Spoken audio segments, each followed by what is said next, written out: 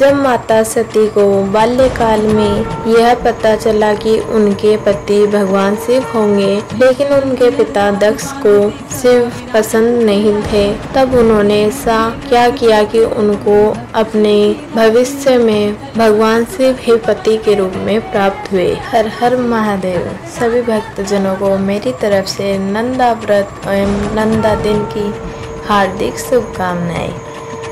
आज हम जिस दिव्य व्रत कथा को सुनने जा रहे हैं वह उस प्रेम और भक्ति की कहानी है जिसने स्वयं महादेव को बांध लिया।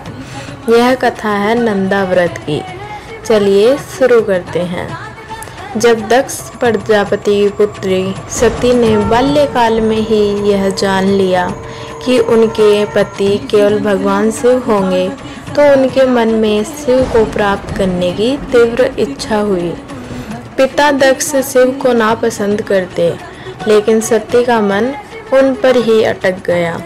वे अपनी माता वीरिणी के पास गई और उनसे शिव को पति रूप में पाने के लिए तपस्या और व्रत करने की अनुमति मांगी। माता ने पुत्र की दृढ़ता देखकर उन्हें खुशी खुशी अनुमति दे दी।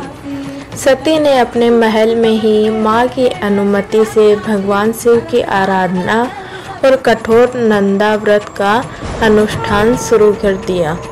नारद जी ने माता सती को इस व्रत का विधान बताया। यह व्रत 1 वर्ष तक चलता है और हर महीने की कुछ विशेष तिथियों को इसमें पूजा की जाती है और व्रत रखा जाता है।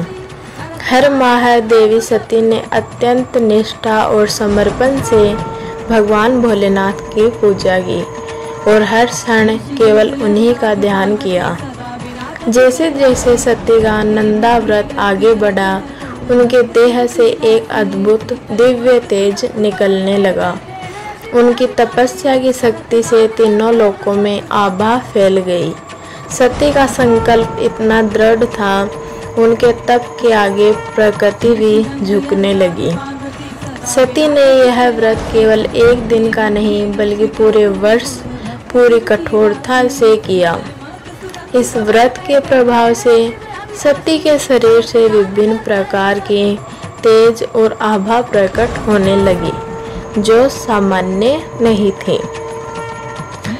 सती की इस घोर तपस्या को देखकर सभी देवता, विशेष रूप से नारद जी और अन्य देवगण कैलाश पर्वत पर भगवान शिव के पास पहुँचे और बोले, हे भोलेनाथ, माता सती की संपूर्ण तपस्या पूर्ण हो गई है। नंदा व्रत के फल स्वरूप अब उनका तेज अलौकिक हो गया है। अब यह उचित समय है, आप उनसे विवाह करें और उन्हें अपनी शक्ति के रूप में स्वीकार करें। देवताओं के अनुरोध को सुनकर और सती के अनंत प्रेम और त्याग को अनुभव करके भगवान शिव का हृदय भी पिघल गया। भगवान शिव ने अंत में सती की भक्ति को स्वीकार किया। उन्होंने नंदा व्रत की समाप्ति पर स्वयं दक्ष प्रजापति के घर जाने और सती को स्वीकार करने का निर्णय लिया। इस कथा से हमें यह समझ में आता है और ये जानने को मिलता है कि यह कोई साधारण पूजा या व्रत नहीं है। यह व्रत अभिष्ट फल देने वाला है, यानी मन चाहे फल देने वाला माना जाता है। हे नंदा स्वरूप माता पार्वती, हमें भी ऐसी ही भक्ति और दृढ़ संकल्प का वरदान दे। धन्यवाद दोस्तों।